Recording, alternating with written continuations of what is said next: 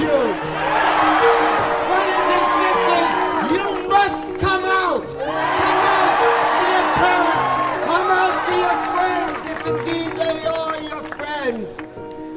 Susan, I'm gay.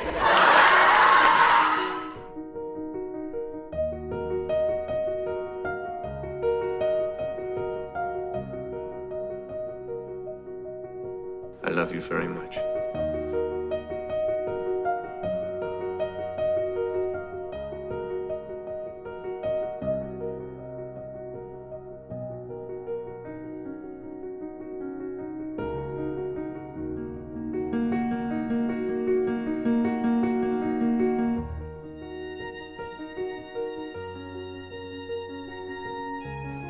In this courtroom, Mr. Miller, justice is blind to matters of race, creed, color, religion, and sexual orientation. With all due respect, Your Honor, we don't live in this courtroom, no, do we? Brother to brother, brother to brother, brother to brother, brother to brother, brother to brother, brother to brother, brother to brother, brother to brother.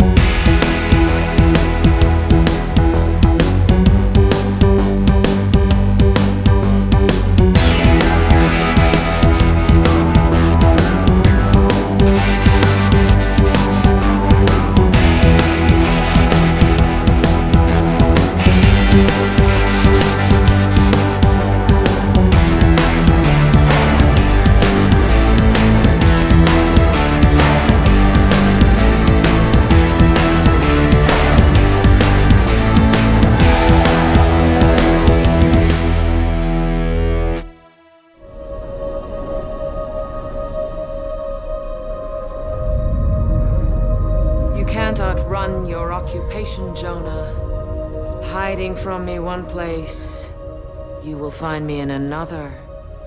I stop down the road, waiting for you.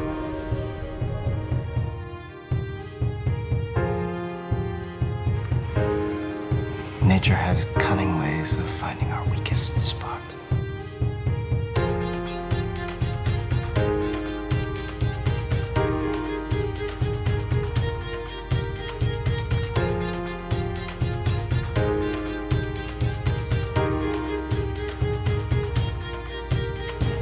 If you need a label, pick a label.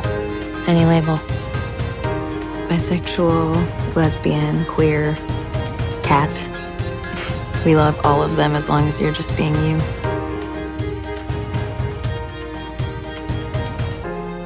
Everybody's story is different. There's your version, and my version, and everything in between. A chapter has ended, and a new one's begun, and you have to be ready for that. When their lives were condemned or criminalized, LGBTQ+ filmmakers and allies fought to put their issues, their dreams, and themselves on the big screen. You know how hard it was to find these films? It's like one of the few race films that she ever starred in. In celebration of Pride, on this IMDb Brief, we recognize 6 unsung heroes of LGBTQ+ film history and the movies that changed the face of the film industry forever. In 1919, Austrian writer-director Richard Oswald debuted his film Different from the Others, and it was soon after censored. Oswald had created what's considered the first pro-gay film ever, starring Conrad Veidt, who you may recognize as inspiration for Batman's nemesis, the Joker. Different from the Others is about a violinist who falls for his student, then is blackmailed for his sexual orientation. The film presents an overtly sympathetic gay character over a half-century before Hollywood would attempt to do the same with The Boys in the Band, a milestone film that hasn't exactly aged well. Are you calling me a screaming queen or a tired fairy? I beg your pardon. Oswald was far ahead of his time, and his landmark film was nearly wiped from the pages of history by the Nazi regime that overtook Germany and sent him fleeing to the US. But one copy survived, which is still screened and saluted at film festivals to this day.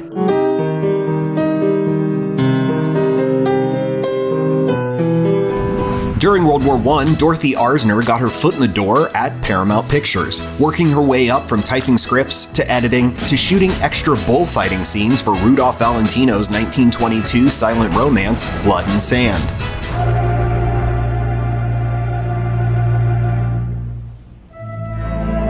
She leveraged that success into directing 4 silent pictures for Paramount before the studio entrusted her to direct its first talkie, 1929's The Wild Party. When star Clara Bow struggled with the newfangled sound equipment, Arzner attached a microphone to a fishing rod and invented the first boom mic. Heaven help the man if you do. Heaven help any man. Arzner, who never conformed to her modern-day conventions, nor did she hide her long-term relationship with choreographer Marion Morgan, also bucked conventions in her art. In 1940's Dance Girl Dance, starring Maureen O'Hara and Lucille Ball, may seem like diversionary fare as a burlesque buddy comedy, and it was treated as such at the time. But modern critics reinterpret the work as an early indictment of the hypersexualization of women on film, and this earned it a spot in the U.S. National Film Registry in 2007. What do you suppose we think of you up here? With your silly smirks your mothers would be ashamed of. From the golden age of Hollywood, we move to the underground scene of 60s and 70s New York, where twin brothers Mike and George Kuchar evolved the lo-fi into a high art. Alongside Andy Warhol and Stan Brakhage, the Kuchars made a splash with a non-stop output of bizarre and compelling short films with the brothers, their family, and their friends in the lead roles, like Hold Me While I'm Naked and Sins of the Fleshopoids, silent sci-fi camp with comic strip word bubbles providing the dialogue. Moving to San Francisco to teach film in the 1970s, the Kuchars kept on creating, contributing to the gonzo black comedy horror Thundercrack, and shooting decades of video diaries of their daily lives. Their far-reaching influence was summed up beautifully in the 2009 documentary It Came From Kuchar, which features acolytes like Wayne Wang, Adam Egoyan, and John Waters. Really should get an award, they should be knighted, really. Now to the 90s for Cheryl Dunye, a visionary filmmaker who uses a faux documentary style to tell real stories about being a lesbian woman of color, and she calls them Dunye-mentories. I don't know, but girlfriend has it going on, and I think I've figured out what my project's gonna be on. I'm gonna make a movie about her. That's Dunye in her breakout film, The Watermelon Woman, a fake doc about a fictional black actress lost to time. Dunye continued to make films throughout the 2000s, and in the past few years has found new success producing and directing TV series, like Ava DuVernay's Queen Sugar, Lena Waithe's The Shy, and the Jordan Peele-produced Lovecraft Country. I thought the world was one way, and found out it isn't. Our final unsung hero was a hit at Sundance, where writer-director Silas Howard broke out with the first film he ever directed, 2001's By Hook or By Crook. There's a bathroom!